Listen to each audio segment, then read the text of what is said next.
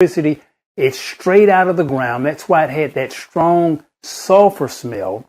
And they heat their homes. They heat all of the businesses.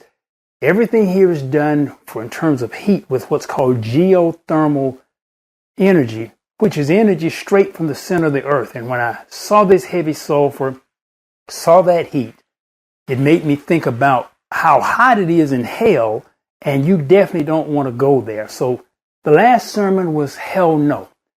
And today's sermon is entitled Living Waters. It's still dealing with the water in Iceland, but it's about living waters.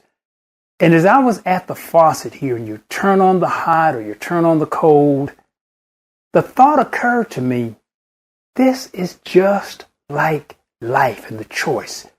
You've got two faucets that you can choose from. You can choose from life or you can choose from death. God says, choose ye this day, life or death, life or death, life or death.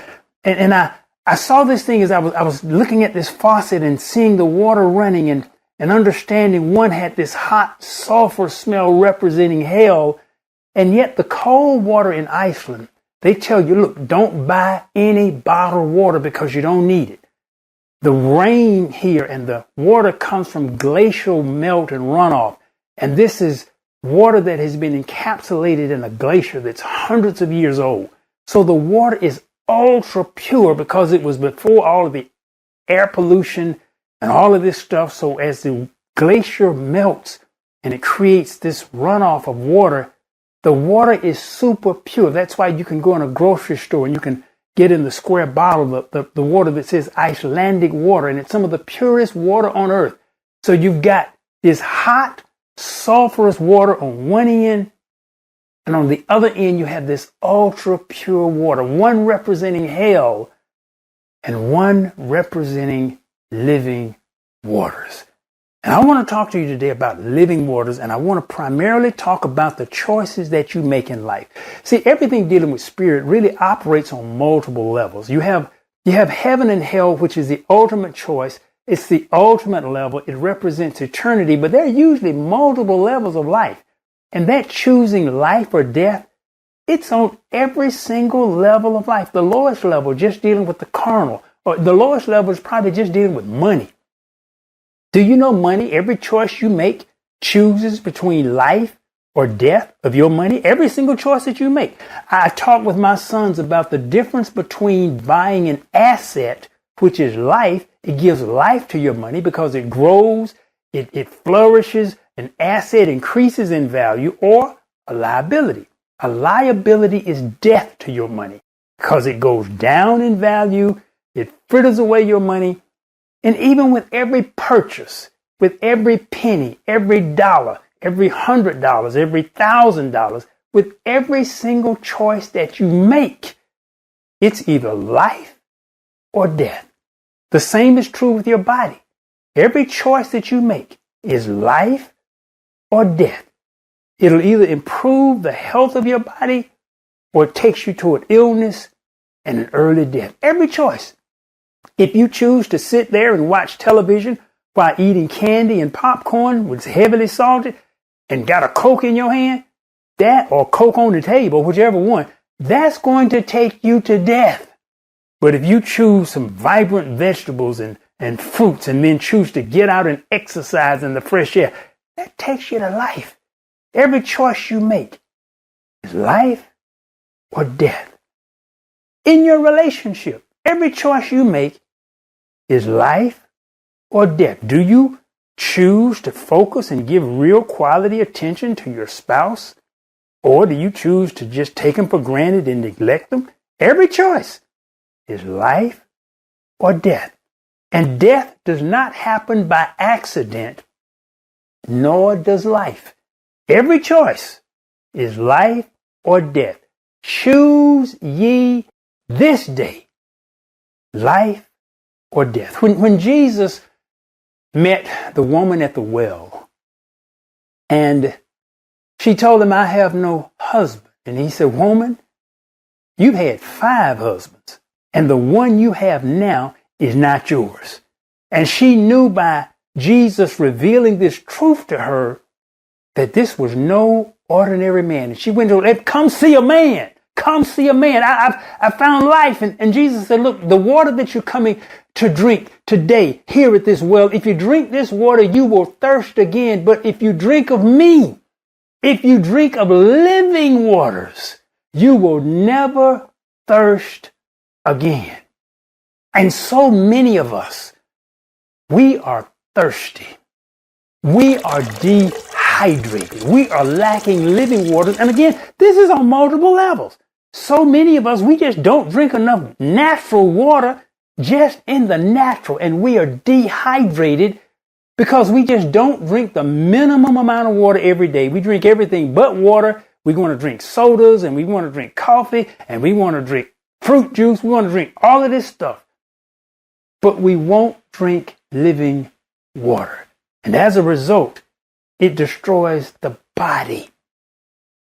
Choose ye this day whether ye shall choose life or death. And as I look at that faucet, I think about that every time I get to a faucet. Life or death. Every decision that I make now. Life or death. Every thought that I have. Life or death. Every person who I associate with. Life or death. We go through these all the time. Choose you living waters on this day. From this point forward, choose living waters. I was talking with my good baby a few days ago, and somehow we got on the subject of Prince Harry and his wife, and how they had come to America. They'd left the royal family, and she was telling me how Tyler Perry had put them up in one of his homes because they'd been cut off financially from the royal family, and they needed some help. So he put them up in one of his homes. And my good baby was telling me how Prince Harry had just released this book, this tell-all book. And she said she just didn't like that kind of stuff. She wasn't going to read it. And as my good baby was telling me about that, I hear God speak to me loud and clear. Read it. It's not the kind of book I would have ever read, but I hear God speak. Read it. So I bought the book. And I'm listening to the audio book because I listen to books more so than read now. Because if I listen, I can multitask. I can drive and listen. I can work out and listen. I can run and listen. So I can do several things as long as I don't have to have just full, focus on what I'm doing. I can listen to an audio book while I'm doing something else that does not require my full attention. So for the last few days, I have been listening to Spare. Spare is the name of Prince Harry's book. And it's called Spare because Prince Charles and Princess Diana, you all know Princess Diana, that was his mother. This is the princess who got killed in France in the car. And it was worldwide news for the longest. And I think Prince Harry at the time was 10 or 12 years old when this happened. So he talks a lot about his mother in that. But as I began to listen, and normally I will listen to my audiobooks at 1.5 times speed. And it's a good example of how your mind gets used to whatever you become exposed to. And I was walking with my youngest son, George, one day, and we were talking about a book, and George said, yeah, it's going to take me so many hours to listen to that book. I said, no, George, the book is this long. That's half as long. He said, no, I listen to my books at 2 times speed. I'd never thought about that. I'd never thought about increasing my speed. That's why who you are associated with will bring you life or death. Just who you hang with. It will bring you life or death. It'll take you closer to one or the other just by who you hang with. Some of you need to change who you hanging with, because who you hanging with takes you to death in one or multiple of those areas of life. And you need to just change who you've been hanging with. So because of my walk with George that day, I started speeding up my books. And right now I listen to books at 1.5 times speed. I haven't gotten to 2 times yet, but I listened to 1.5. And what I found was once I start listening to books at 1.5 times speed, I can't listen at 1.0 because 1.0 now sounds super slow. It sounds like they are talking in slow motion. It does. When I get used to listening fast, I listen at normal speed and in slow motion. But as I began to listen to Spare, and Spare is actually read by Prince Harry himself. It's not a narrator. He reads it. And as I began listening at 1.5 times speed, and I discovered I can't understand this at 1.5 times speed because he has an English accent. And the English accent or the English brogue, when it is sped up, I just had a hard time understanding it. So I had to slow that back down to 1.0. And I didn't understand exactly why God wanted me to listen to Prince Harry's book. And this morning when I got up from my prayer, I hear God speak. I want you to listen to this book while you are in prayer. That was kind of odd because normally that just doesn't happen. But I was listening to the book in prayer, and God began to then speak to me about why he wanted me to listen to Prince Harry's book. He says, I want you to understand what the kings go through. Now, Prince Harry is not a king, but he is royalty. So he goes through some very similar things that all of the kings go through. Because sometimes, we just can't relate to folk on these levels that are so far above ours. Because we think they got everything. He's a prince. He lives in a castle.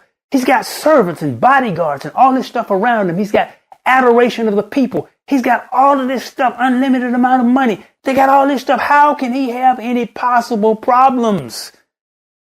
That's why God wanted me to listen to Spare. And as I listened to Spare and as I listened to Prince Harry's life, first of all, he had an issue with his brother because his brother was in line to become the King of England. And because of this, it created somewhat of a sibling rivalry, and it created some issues that everybody looked at him as second place and just as the Spare, and all of the attention was placed on the heir, not the Spare. And this creates issues. When you're looked at as number 2, it just creates issues. It just does. This is human. It's normal. It's natural. I don't care how high or low you are. This creates issues. And then it created issues with all of his relationships because the paps, as he calls them, which is the paparazzi, are basically the news. Everywhere he goes, there are news people following him with cameras and trying to stick a microphone in his face, trying to catch him with this and all of this stuff. And he's all over the news all of the time. And you say, I can handle that kind of fame. You just don't know until you've been exposed to it, until you have to deal with this stuff day in and day out. And nothing is private in your world. And you walk into a supermarket, if you can walk into a supermarket, and there at the stand, all of the tabloids, and you on the front page. And not only are you on the front page, 80% of the stuff you're on the front page about not even true. Can you imagine? You get upset if you just have a coworker say something not true about you.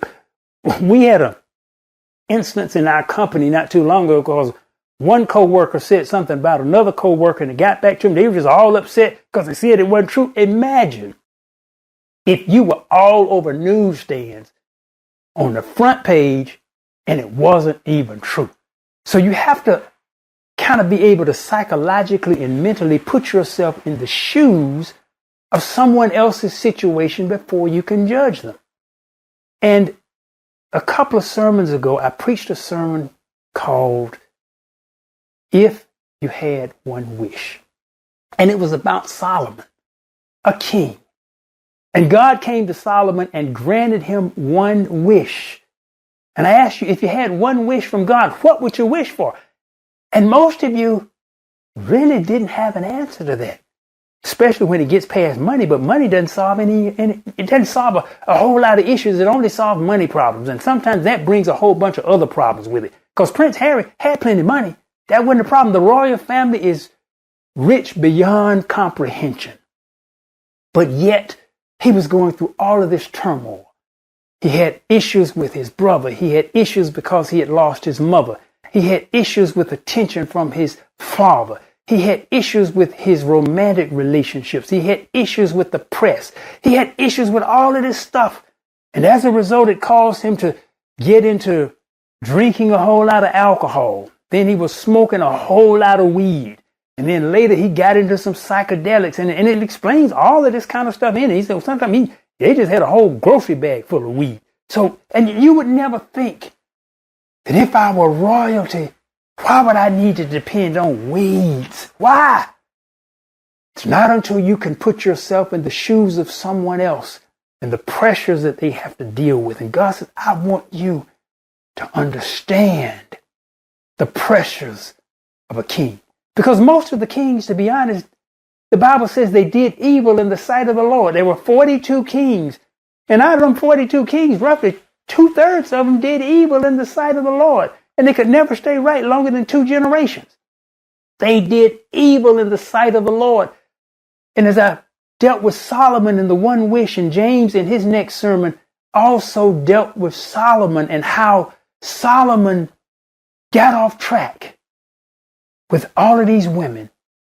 And how did he get off track? And he was the wisest man in the world. And sometimes we can't understand how this can happen. That's why God wanted me to read the book, to understand how a king can get off track and how all of this stuff of the world and all of the pressures of the world. But there was one thing as I listened this morning in chapter 83, there was something that Prince Harry said that really struck me. And I understand why God wanted me to listen this morning. Prince Harry says this. He said, I don't pray because nature is my God. I don't pray because nature is my God. And when I heard Prince Harry in his own voice say that, I understood why he was dry. He had no living water. Nature is phenomenal. I'm here in Iceland, and this is some of the most majestic country you will ever see. Driving along the coastline, you've got black sand that has big chunks of clear ice on it. A phenomenon I'd never seen, never even heard of before, never knew there was a such thing as black sand. Sand just jet black, fine as pepper. And it's awesome. That's the ocean. On the other side of all of these ridges of mountains with all of these snow-capped, beautiful mountains. Nature is just awesome. It's beautiful to see how God has formed and shaped and created. I spent a week going down the Colorado River in a raft in the Grand Canyon. And the Grand Canyon is still perhaps the most majestic nature I've ever seen in my life. It's just phenomenal. I can't even describe what it's like to be on a river in a raft and you're looking up at all of these mountains that are on the side, and it's all of these colors, and it is so breathtaking. It is so phenomenal. It's like the ultimate natural, the ultimate of nature. It's just grandiose. It's just breathtaking. But I spent 7 days going down the Colorado River. For the first day, looking at all of that majesty was just breathtaking. And then I got to the second day. It was still breathtaking, but I'd seen it yesterday. Then I got to the third day. It was still breathtaking, but I'd seen it yesterday and the day before yesterday. Then I got to the fourth day. It was still awesome, but not quite as breathtaking because I had seen it yesterday and the day before yesterday and the day before the day before yesterday. By the time I got to the sixth day, even though it was still the same picturesque, the same mountains, the same colors, I just wasn't impressed because I had already seen it 5 days prior. Natural stuff and carnal stuff wears out over time. And even though it may give you a boost, it's like drugs. It'll give you a boost, but after time, that the boost, you have to take more and more and more and more and more and more and more. And it gets to the point where even more and more and more and more, it just doesn't do it anymore. It's because Prince Harry was worshiping the creation and not the creator. He was worshiping nature and not who created nature, not who created earth from the beginning, because nature will wear thin, nature will wear out. No matter how grandiose, no matter how awesome, no matter how fabulous it is, after a time, nature just wears out. But if you partake of living water, that's why Jesus told the lady, if you partake of me, and the living water that I offer, you will never thirst again. But if it's nature, if it is natural, you will thirst again. And there gets to a point where even that stuff, when enough stuff is going on in your work, doesn't cut it. It's why you can drink. And the first time you drink, maybe it will wash away your problems because you can't remember your problems. But after about the 10th time, doesn't do it. The weed will do something for you. It'll do something for you that first time or two, or the first 10 times maybe, but after a while, then do it. You just have to do that just to try to get back to some semblance of normalcy. That's why even the snorting of the cocaine, yeah, that'll take away your problems for a minute. But it's not living water and it does not last. You will thirst again. And after you have done it 10 or 12 times, it does not solve the thirst. You got to have living water. This is why God wanted me to read about Prince Harry, because the kings did not have living water. They had all this stuff. Solomon had 700 wives and 300 concubines. He had 1,000 women. He had 1,000 chariots or 1,000 cars. He had palaces everywhere. He had all of this stuff. And he got to the end and said, it's all vanity, because it was not living waters. You got to have living waters in this life. You got to have Christ. And he says, well, look, when you partake of me, living waters will flow from your belly. Not only are you filled with living waters, the living waters start to flow from you. And you become a conduit of the love of Christ, the power of God.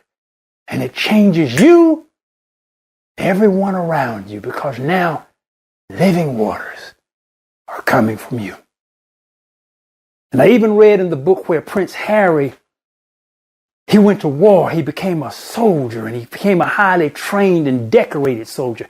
He was an Apache helicopter pilot. He killed 25 men, but he said that doesn't bother him because he did it all by orders and all by righteousness in war. So he said he didn't do any death unjustifiably. And I understand that because God sent a lot of folk into war. So God told folk sometimes kill everybody. So sometimes if you're doing it for a righteous reason, it makes a difference. Now, that gets real controversial, but basically that wasn't his problem.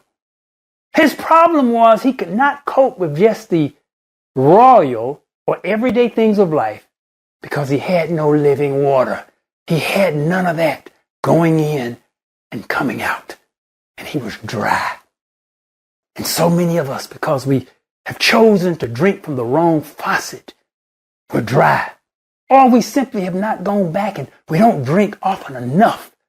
You got to have your communion with God first. Fill up before your day begins. Fill up with the Holy Ghost. Fill up with Christ. Fill up so you don't become dry and dehydrated during the day when all of the stuff in life starts hitting you left and right. If you're full of, that's another thing about it. See, when the body is well hydrated, you don't hurt yourself because the body is flexible.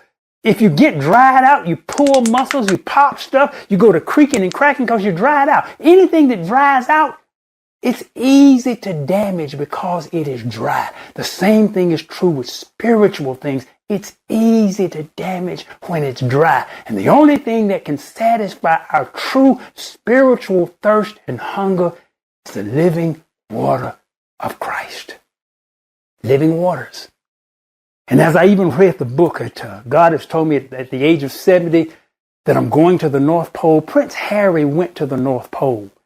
It was with a set of wounded veterans who asked him to travel. And they started about 200 miles before the North Pole. They were on dog sleds, but Prince Harry had to get back to an important event, so a storm came up, delayed him a few days. So a helicopter had to come pick him up and take him back. But when the helicopter picked him up, he said, look, we're not too far away. We're going to just drive you on over, fly you on over to the North Pole, which they did. But the thing about it, and the thing that struck me is this. Prince Harry, because it's so cold there, and sometimes it can get really cold. Here in Iceland, we're talking 12, 15 degrees. But at the North Pole, it can drop to 0, 10 below, 20 below, 30 below, 40 below, 50 below, 60 below, sometimes up to 70 degrees below 0.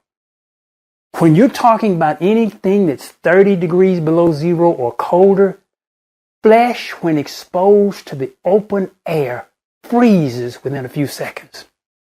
So Prince Harry had gotten some minor frostbite on his fingertips. He had gotten minor frostbite on his toes. But the thing that really shook me was where else he got frostbite. He got frostbite on his private. And when I read that, I said, oh my goodness. He got frostbite on his private. And when I told my good baby about that, my good baby said, I can't handle that. If you go into the North Pole, you got to make real sure you covered up because I can't handle that. I said, sweetheart, I'm going to make sure I got on 3 or 4 pair of good, heavy, thick wool underwear because that, whoa, I just never thought about that. So sometimes you never know why God will have you to do something. I may have needed to read that because Prince Harry had to worry about that thing. He had to go to doctors. Some doctors said, well, at least we ain't got to cut it off. Prince Harry said, whoo, but he had to deal with that thing for months to get rid of that frostbite on his private. I just never even thought about that. I said, woo, woo. So I got to make sure when I go to the North Pole, Pastor going to be well protected and with every part of his body. Trust me on that. You never know why God will have you to do something. But here, I'm reading about Prince Harry going through all of this stuff in life. And I see what happens when you worship the creation and not the creator. When you don't have living water. Choose death or choose life this day. God has given us all the choice. And we make those choices every single day. With every word that we speak, with every action that we take. We either choose life or we choose death. Choose wisely. From this point forward, every decision, every word, every association, think, is this life or is this death? I thank you for joining us today at Brothers of the Word, because, brother, you need the Word.